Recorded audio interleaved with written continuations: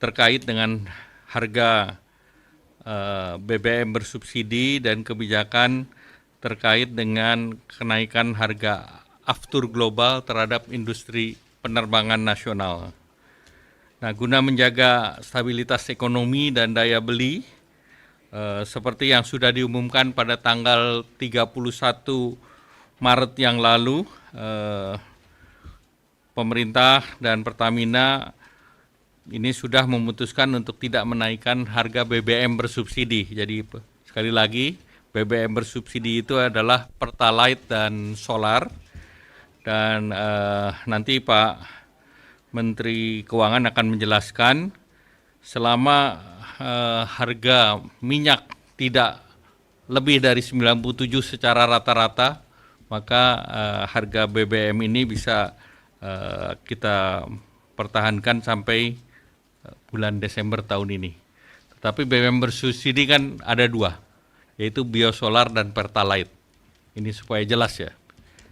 Kemudian selanjutnya, dalam menghadapi perkembangan geopolitik dan geoekonomi secara global, ini terkait dengan harga aftur, ini di berbagai negara sudah menaikkan harga aftur, yaitu di Thailand angkanya di angka 29.518, Filipina 25.326.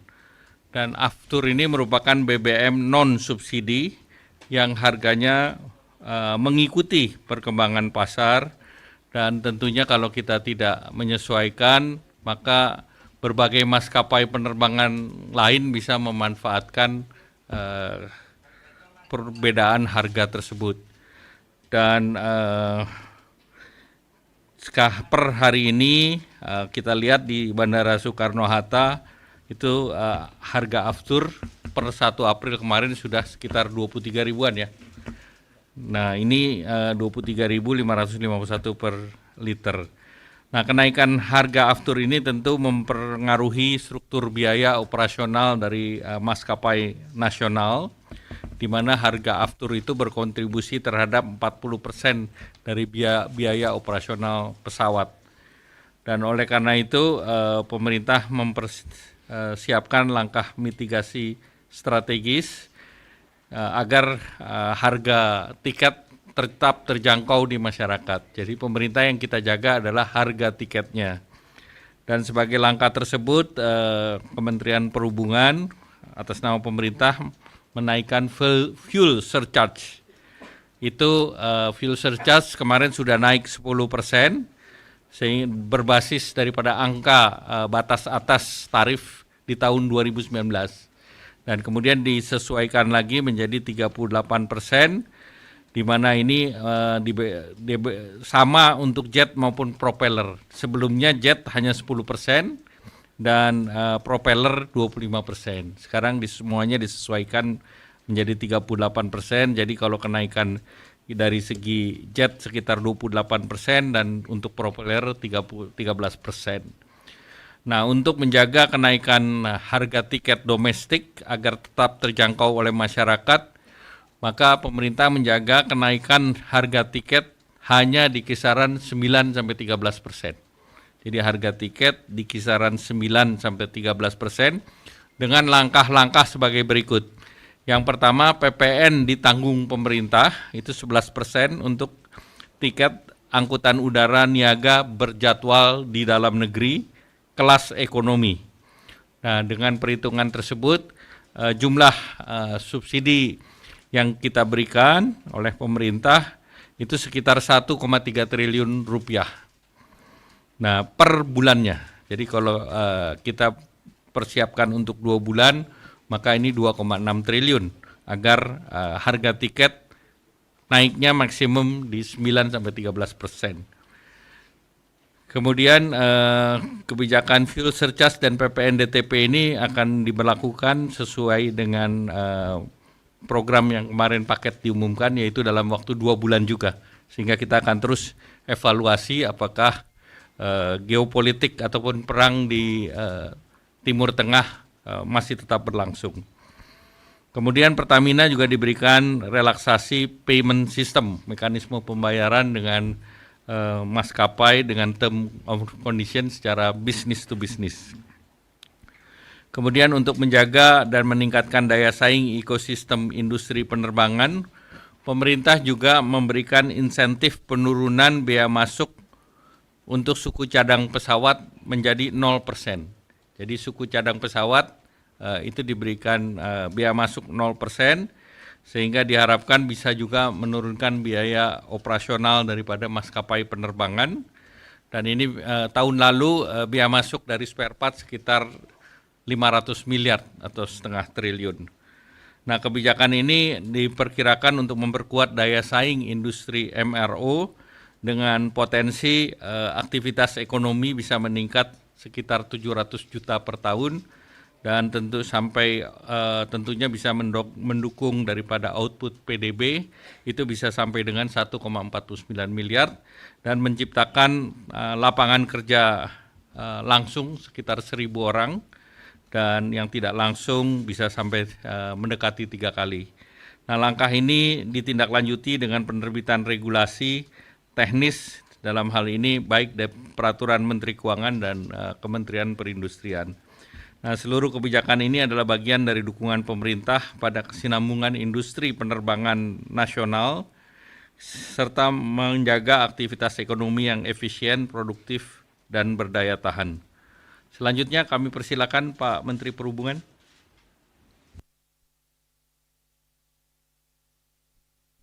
Terima kasih Pak Menko dan yang terhormat Bapak Menteri Keuangan, rekan-rekan media sekalian. Assalamualaikum warahmatullahi wabarakatuh. Selamat siang, salam sejahtera, Om Swastiastu, Namo Buddhaya, salam kebajikan. Menyambung apa yang disampaikan oleh Pak Menko Perekonomian bahwa dengan kondisi yang sedang tidak baik, khususnya berkaitan dengan ekonomi global maupun geopolitik, salah satunya adalah terhadap kenaikan aftur. Dalam menetapkan fuel surcharge, kami telah berkoordinasi dengan seluruh airlines yang beroperasi di Indonesia, khususnya yang domestik, sehingga kami dapat menetapkan bahwa untuk kenaikan fuel surcharge adalah 38%. Kami tidak sepihak dalam menetapkan kenaikan fuel surcharge. Ini adalah dalam bentuk koordinasi dan masukan dari pihak-pihak, khususnya dari pihak airlines.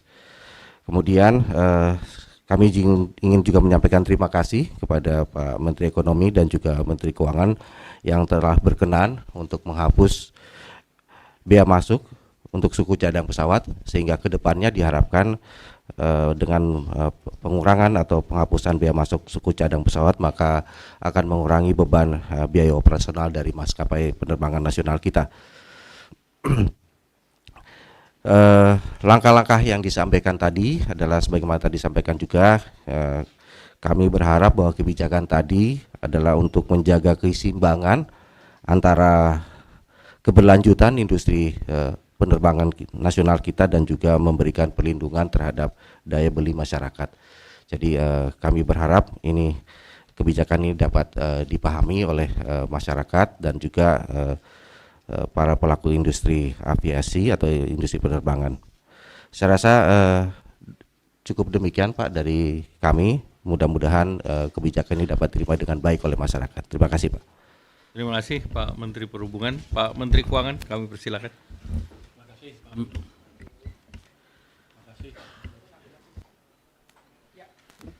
Terima kasih Pak Menko. Mungkin saya pendek aja karena semuanya sudah disampaikan oleh Pak Menko tadi. Jadi informasi dari saya nggak ada yang baru. Hanya saja saya ingin menegaskan bahwa subsidi terhadap BBM bersubsidi itu akan terus diadakan sampai dengan akhir tahun. Jadi waktu kita exercise, saya sudah exercise dengan harga minyak dunia rata-rata $100 per barel sampai akhir tahun, dengan exercise yang lain, pemotongan di sana sini, penghematan di sana sini, kita bisa pastikan defisitnya masih di sekitar 2,9% di sekitar situ. Jadi ingin menegaskan lagi bahwa harga BBM bersubsidi tidak akan naik sampai akhir tahun dan anggaran saya cukup. Kalau kepepet gimana? Misalnya harganya lebih tinggi lagi, saya nggak terkendali misalnya.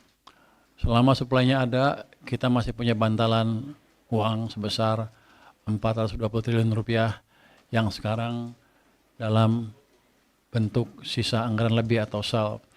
Kalau kepepet itu masih bisa dipakai. Tapi rasanya sih kita ke sana masih jauh karena harga minyak kecil peluangnya bertahan di atas 100 untuk waktu yang berkepanjangan kalau kita lihat politiknya di Amerika Serikat seperti apa. Jadi itu saya ingin tegaskan lagi, masyarakat nggak usah khawatir, nggak usah spekulasi bahwa saya kehabisan uang, gini-gini uangnya banyak nih, kayak benghar, kaya lah. Jadi uang kita cukup, itu ya. Jadi setiap kebijakan yang diberikan tadi tentu ada konsekuensi biayanya ke kami dan kami sudah hitung cukup. Demikian, Pak. Baik, terima kasih. Teman-teman media ada yang ingin bertanya? Silakan. Silakan, Mas. Terima kasih. Saya Kris Wibisana, Pak, dari Suar. Ingin bertanya, Pak, dengan memotong bea masuk sampai 0% itu apakah ada penurunan dalam penerimaan kepabeanan nantinya dan itu berapa besar dampaknya dari bea masuk suku cadang ini, Pak? Terima kasih. 500 miliar tadi saya sudah 500 sampaikan. miliar, Pak. 500 miliar. Ya. Baik, ada lagi? Silakan depan. Ibu. Baju putih. Selamat sore Pak, saya Eva dari Harian Kompas. Yang pertama untuk Pak Menhub, Pak, harga aftur yang sudah naik lebih dari 70% memang fuel surcharge akhirnya disesuaikan. Tapi kira-kira sejauh apa pemerintah mempertimbangkan akan menaikkan harga TBA, Pak? Mengingat Inaka sudah minta ini dari jauh-jauh hari. Fuel surcharge kan berdasarkan TBA juga Pak yang sudah ditetapkan sejak 2019, sedangkan harga minyak berfluktuasi terus. Nah kemudian Pak untuk Pak Pur, soal realisasi belanja awal tahun yang melonjak 31,4%, belanja mana yang paling dominan mendorong kenaikan Pak? Kemudian apakah ada risiko penurunan kualitas belanja karena percepatan? Kemudian terakhir untuk Pak Erlangga, setelah ada tambahan likuiditas ke Bank BUMN, apakah sudah terlihat peningkatan kredit ke sektor produktif, bukan konsumsi? Terima kasih. Silakan Pak Menhub. Baik, terima kasih Mbak Eva. Sebagaimana tadi saya sampaikan bahwa penetapan fuel surcharge berdasarkan hasil pembicaraan kami dengan airlines. Kalau dari airlines sebenarnya minta naiknya sampai kurang lebih sampai 50%. Tapi setelah kami bicara kemudian kami gali masing-masing pos biaya mereka, maka kami pada kesimpulan bahwa 38% ini adalah angka yang cukup ideal, bahwa industri penerbangan kita tidak akan terpukul terlalu drastis, kemudian juga daya beli masyarakat juga masih bisa menjangkau. Jadi berkaitan dengan TBA memang salah satu komponen adalah aftur dan juga kurs, kemudian juga ada biaya maintenance. Nah, sebagaimana tadi disampaikan bahwa dengan pemberlakuan pemberlakuan bea masuk untuk suku cadang atau spare part diharapkan in the long run dalam jangka menengah itu akan mengurangi juga biaya-biaya yang dikeluarkan oleh airlines. Jadi berkaitan dengan TBA kita sepakat bahwa untuk menunda pembicaraan TBA yang kita lakukan terlebih dahulu bagaimana kita menyesuaikan harga tiket berdasarkan kenaikan harga aftur yang terjadi di global market. Tapi kita juga di satu sisi juga harus menjaga daya beli masyarakat agar masih bisa mengakses transportasi publik khususnya penerbangan dengan harga yang terjangkau. Demikian Pak, terima kasih. Itu kan defisitnya membesar, kenapa? Di awal tahun karena kita percepat belanja pemerintah. Saya ingin ciptakan di mana belanja pemerintah hampir merata pertumbuhannya sepanjang tahun. Jangan sampai kayak tahun-tahun sebelumnya numpuk di akhir tahun sehingga dampak ke ekonominya tidak optimal. Jadi defisit yang besar itu adalah konsekuensi logis dari kebijakan kita. Yang mana yang paling besar ya Anda tahu ada berapa, sebetulnya hampir merata, tapi yang menonjol ya BGN lah karena memang anggarannya besar. Itu untuk kualitasnya ke depan akan seperti apa? Ya kita akan monitor terus dari waktu ke waktu. Jadi saya akan lihat kalau belanjanya yang ngawur-ngawuran kan pasti ada tuh. Nanti kita kasih peringatan ke kementerian lembaga terkait Dan kalau akan diteruskan kita bisa kasih peringatan bahwa yang ini nggak akan saya bayar. Saya bisa begitu rupanya. Dan sudah kita lakukan di tahun 2025 kemarin sehingga belanja lebih terkontrol. Kalau Anda lihat dari defisit APBN, kan waktu itu kita umumkan di 2,91% ya tahun 2025. Ternyata ada indikasi sekarang defisitnya lebih bagus dari segitu. Mungkin di kisaran 2,8%, sekarang lagi diaudit oleh BPK, tapi kelihatannya ke sana. Jadi kondisi anggaran yang kita tidak seburuk yang kita duga sebelumnya. Dan yang paling penting adalah dengan defisit yang masih terjaga pada waktu itu, kita bisa menciptakan pembalikan arah ekonomi. Kan di triwulan keempat tumbuhnya 5,39. Sekarang katanya bisa lebih dari itu, mudah-mudahan lebih di atas 5,5%. Kalau lihat angka-angka yang ada di perekonomian, sepertinya bisa di atas 5,5%. Jadi kalau ekonominya bagus, pendapatan saya bagus, nanti uang yang saya bagi ke kementerian lembaga juga lebih konsisten, bisa lebih banyak sedikit, harusnya ekonomi kita akan membaik terus ke depan. Kenapa bisa begitu? Karena kita jaga private sector untuk tumbuh lebih baik. Jadi Anda jangan lihat ekonomi cuman pemerintah aja, 90%-nya private sector, dan kami dengan Pak Bakti sudah memastikan kondisi investasi berjalan dengan baik dengan tim debottlenecking yang kita jalankan dengan Pak Menko juga supaya iklim berinvestasi di sini lebih bagus lagi.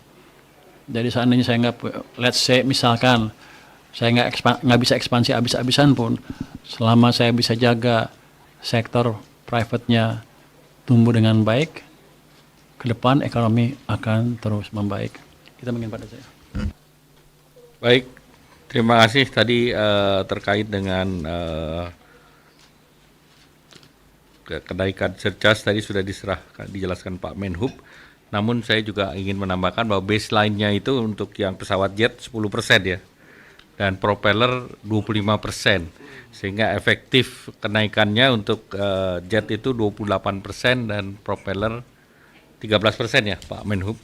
Dan itu dengan demikian, dengan adanya tiket ditanggung pemerintah aftur, maka ke end usernya, ke masyarakat naiknya hanya sekitar 9-13%. Jadi kenaikannya hanya 9-13%.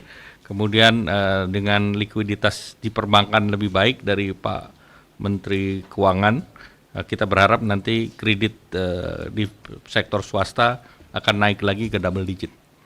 Ya, terima kasih. Masih ada lagi terakhir. Satu di kanan, satu di kiri. Ya. Yang megang mic ya lebih berkuasa. Oke. Terima kasih Pak Erlangga, saya Asri Gunawan dari Kompas TV. Pak, tadi kan pemerintah sudah menetapkan bahwa BBM subsidi dipastikan tidak akan naik sampai dengan akhir Desember 2026. Lalu bagaimana dengan BBM non subsidi? Demikian, terima kasih. Ya, itu masih dikaji. Jadi nanti pada waktu pengkajian selesai nanti pasti juga akan disampaikan ke publik. Silakan. Ya Pak, saya Reza dari Nike ingin melanjutkan pertanyaan tadi. Kan tadi BBM non subsidi, untuk BBM subsidi sendiri kan kemarin sempat disebutkan bahwa ada pembatasan pembelian 50 liter, dan waktu itu di pagi harinya ada surat dari BPH Migas yang mendetailkan itu. Mekanismenya nanti pembatasan akan seperti apa Pak? Kan hanya disebutkan 50 liter dalam satu hari untuk kendaraan pribadi. Nah, tapi di surat BPH Migas itu lebih detail. Boleh dijelaskan nggak Pak? Detailnya bakal seperti apa? Ya, di situ ada penjelasan lebih detail berapa untuk truk, berapa yang lain. Tapi secara umum 50 liter itu yang untuk Pertalite dan untuk solar, biosolar. Tetap mengacu ke edaran atau surat yang ada? Berdasarkan mengacu itu, dan itu akan berlaku untuk 2 bulan. Oh, baik Pak, Ya. terima kasih Pak. Ya, masih. Masih cukup Pak Bakti? Cukup. Baik, terima kasih. Wassalamualaikum warahmatullahi wabarakatuh.